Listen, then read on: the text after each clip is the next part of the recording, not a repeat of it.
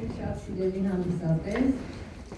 այսօր մի յուրօրինակ հպարտության զգացումով, ոգևորվածությամբ պիտի ներկայացնեմ ձեզ հայ անվանի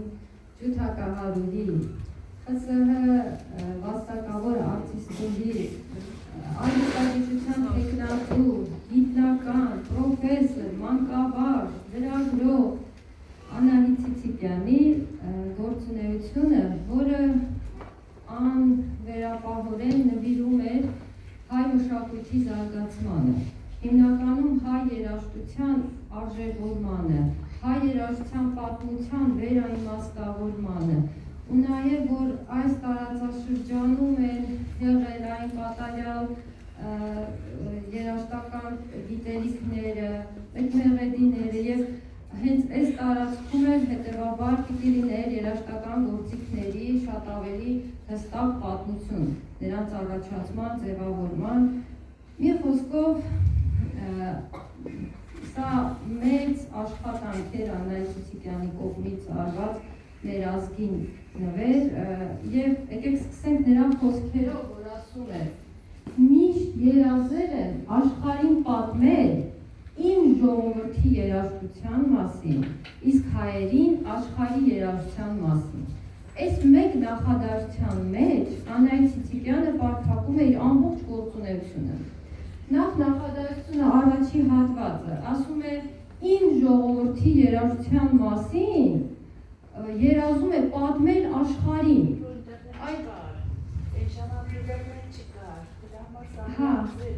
Այո, միակ ձևն էր, բայց նաև Անահիտ Ցիցիկյանը արդեն գիտեր, թե ինչքան կարևոր է հայ երաժշտությունը։ Նա շատ խոր ուսումնասիրություններ էր տարել ու համոզված էր, որ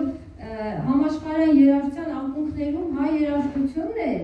ու հետո էլ այդ պայքարում պիտի հայ երաժիշտը համաշխարհային երաժշտության մեջ զբաղեցներ իր նույն կարևոր դիրքը, խոսալով, որ այդքան կատարյալ է մեր ժողովրդից փոխանցված, մեր պատմությունից մեզ հասած երաժշտությունը։ Հիմա, քանի որ այս մասին երազում էր պատմել աշխարհին, նա դեռ պիտի ստիպեր, որ աշխարհը լսեր իրեն։ Էն էլ այդ ժամանակաշրջանում ու դրա համար արդեն իր յուրահատուկ հետազոտական վերլուծող ուղեղով Անահիտ Ցիցիկյանը կարողանում է եվրոպական երաժշտության ակունքները ներխուժել, վերլուծել յուրաքանչյուր ստեղծագործություն, գտնել այնտեղի գեղարվեստական, փիլիսոփայական ասելիքը եւ արդեն իրեն յուրահատուկ ջութակահարու տաղանդով այնպես հնչացնել այդ ստեղծագործությունները, որ յուրաքանչյուր ուկնդիր չկարողանար անտարբեր լինել, հա, ու այդպես նա գերեց աշխարհի բոլոր մեծ բեմերը։ Ու երբ որ նայում ենք ցանկը, 100 քաղաքներում ելույթներ է ունենում, 27 երկիր, աշխարհի կեսը հյուրախաղելով շրջում է Անահիտ Ցիցիկյանը։ Երկաթյա վարակույրի ժամանակաշրջանում։ Ու մենք տեսնում ենք, թե հենց երիտասարդ տարիքում ինչքան արագ ինքը կարողացավ իրականացնել իր երազանքը։ Ու այդ հաղթանակը, որ նա ձեռք բերեց, սա նաև ոգևորում է մեր երաժիշտներին։ Ու սկսում են անընդհատ գրել ստեղծագործություններ նվիրելով Անահիտ Ցիցիկյանին, նա կատարողն է հանդիսանում ու տարածում է հայ կոմպոզիտորների ստեղծագործությունները ամենուրեք։ Հերիք չի Անահիտ Ցիցիկյանն ուներ ստեղծագործական տաղանդ ու այն հատվածները, պարտիաները ջութակի համար գրված, ինքը ավելի կատարության էր հասցնում, այսպես դառնալով համահեղինակ այդ ստեղծագործություններին։ Այստեղ էլի ցուցակում ենք, թե ինչքան հայ կոմպոզիտորների ստեղծագործությունները հնչել Անահիտ Ցիցիկյանի շնորհիվ, դե սա դարձավ այսպես գաղափար համախմբվել միասին, հա, ու մտնել այդ պայքարի մեջ։ Մյուս մասը արդեն պիտի մեր տոհմիկ մեղեդիները ցույց տալ աշխարհին, չէ՞։ Ինքը համոզված է, իր հոդվածները, որ կարդում եմ, հենց գրքում զետեղված, ասում է մեր մեղեդիները հիմնված են հիմնական հնչյունների վրա։ Այդ հնչյունները ունեն հատուկ համակարգ դասավորման ու նրանց միջև կան զարգացող նոտաներ, հա, ու դա այսքան խորը գիտելիք է, ես դրան դեռ կանրադառնամ բուսանների մոտ է դա ձևավորել եւ այլն, այսինքն Անահիտ Ցիցիկյանը ինչ անում էր, խորը համոզմունք կարգով, գիտնականի պես, հա, ինքը հստակ գիտեր իր անելիքը, ու արդեն սկսում է հնչեցնել ժողովրդական մեղեդիները, օրինակ կռունկը ասում է Մոցարտ, Բեթհովեն, բոլորն էլ կնվագեն, իրենք թող նվագեն, ով պիտի հայ երաժշտությունը նվագի, մենք պիտի նվագենք, չէ, մենք պետք է հնչեցնենք ու արժևորելով հնչեցնենք, ոչ թե ուղղակի սիրելով, երբ որ մի բանը սիրում ես, հետո դավաճանում ես, չէ, բերում են պրոպագանդում են մի երևույթ, երբ որ չես արժևորում, գնում ես այդ ճանապարհով, իսկ երբ որ արժևորում ես, երբեք չես հեռանա, չէ, միջև ունկնդրելը կներես, միջև ունկնդրելը մի խոսեմ, կռունկ, հա, հիմա ուզում եմ նաև մի փոքր ներկայացնեմ, այ ինչ է կատարվում մեղեդի մեջ, ինչու է մեղեդին այդքան կատարյալ, որ դա պիտի հնչեր, նախ, հայկական մեղեդիները ծնվում էին հայկական բառից, հայ մտածողությունից, հենց մտածողության մեջ, խոսքերի մեջ արդեն խորը փիլիսոփայություն կա, օրինակ ասում է կռունկ, ուստի կուգաս, ծառայեմ ձայնի, կռունկ, մեր աշխարհեն խաբրիկ մեջունից, երբ որ ես սա ասեցի բառերով, մենք այսպես ուղիղ հասկանում ենք կռունկ, թռչուն, չէ, ուստի կուգաս, հա, հերվից թռելով եկել է, հարց է տալիս ուստի կուգաս, ծառայեմ ձայնի, հետո կռունկ, մեր աշխարհեն խաբրիկ մեջունից, այսինքն իր կորցրած, հա, տնից, որ այդ անտունի, հա, այդ բանն է, հոգեվիճակն է, իսկ երբ որ սրան գումարվում է մեղեդին, այն որ կա, չէ, մարդու խոսքը ասում է, բայց մտքում ինչ ապրումներ ունի, մենք չենք զգում, իսկ երբ որ բառին հայը գումարում էր մեղեդին, այն իր ներսի ամբողջական պատկերը երևում է իր ապրումների, ասում է կռունկ, ուստի կուգաս, որ ասում է կռունկ, այստեղ մենք տեսնում ենք, որ փոխաբերական իմաստով է մարդուն են դիմում, օտարությունը իր երկրից եկած օտար մարդուն, ուսեց ցավով է դա դիմում, հա, ասում է կռունկ, ուստի կուգաս, այվասի կուգաս, այդտեղ գիտի ինքը ոչ թե հարց է տալիս կուգաս, այդ գիտի որտեղից կուգա, ինքը գիտի որտեղից կուգա, հետո ասում է ծառայեմ ծառայեմ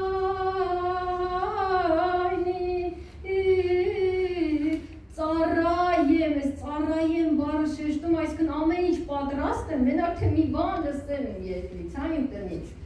հետո ասում է կռունկ, մեր աշխարհեն, այսպես ասում է մեր աշխարհեն, այստեղ ինքը մտքով գնում է իր աշխարհի գեղեցկությունը, ու սենց դեպի վար ներքև, որ այդ ցավը, հա, դա իջնում է, բայց հետո էլի մի քիչ դա ու գնում է խաբրիկ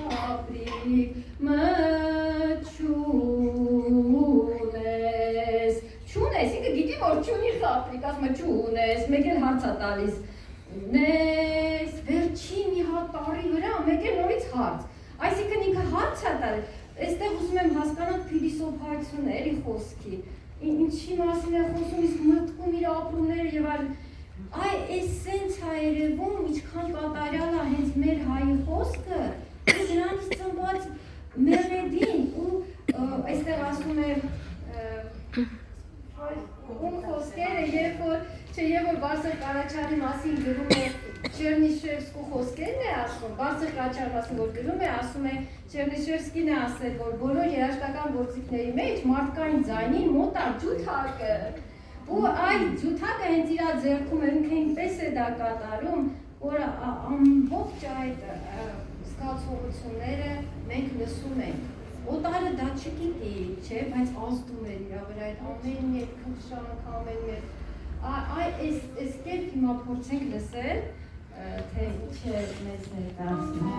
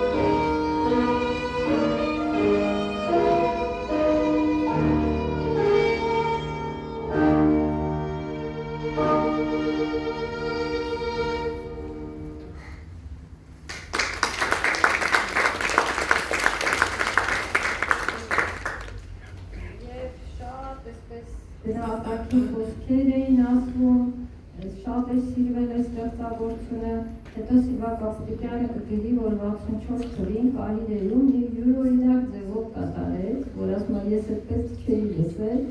Ես էլ այդ պահին հիշեցի հոդված Վարսեղ Կանաչյանի մասին,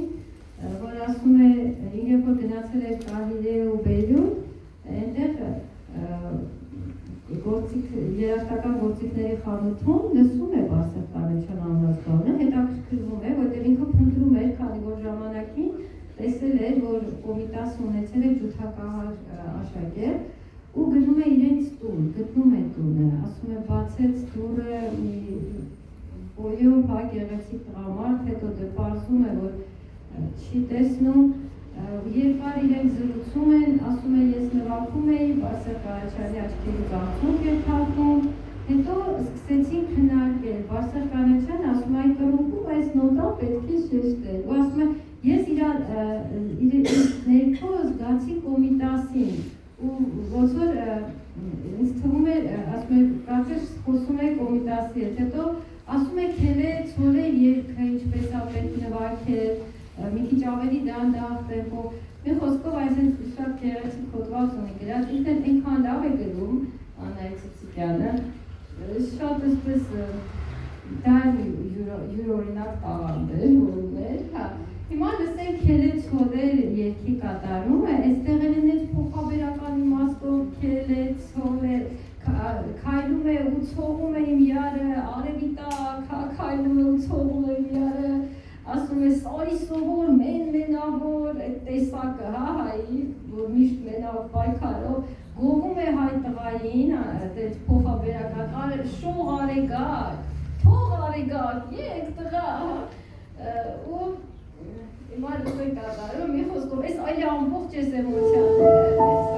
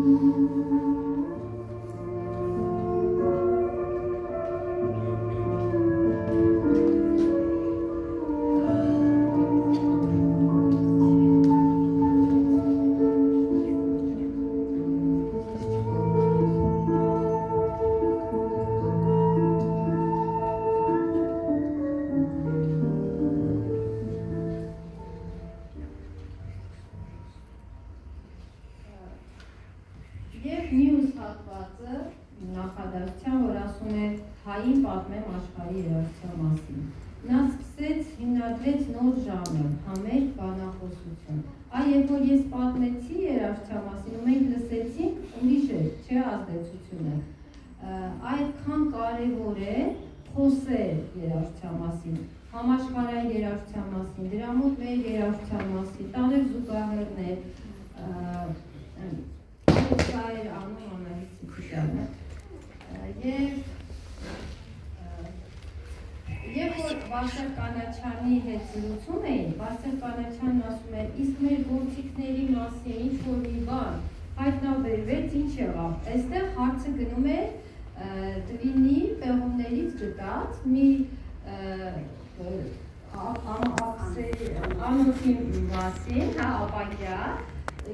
գեղեցիկ մանուշակագույն, փաստորեն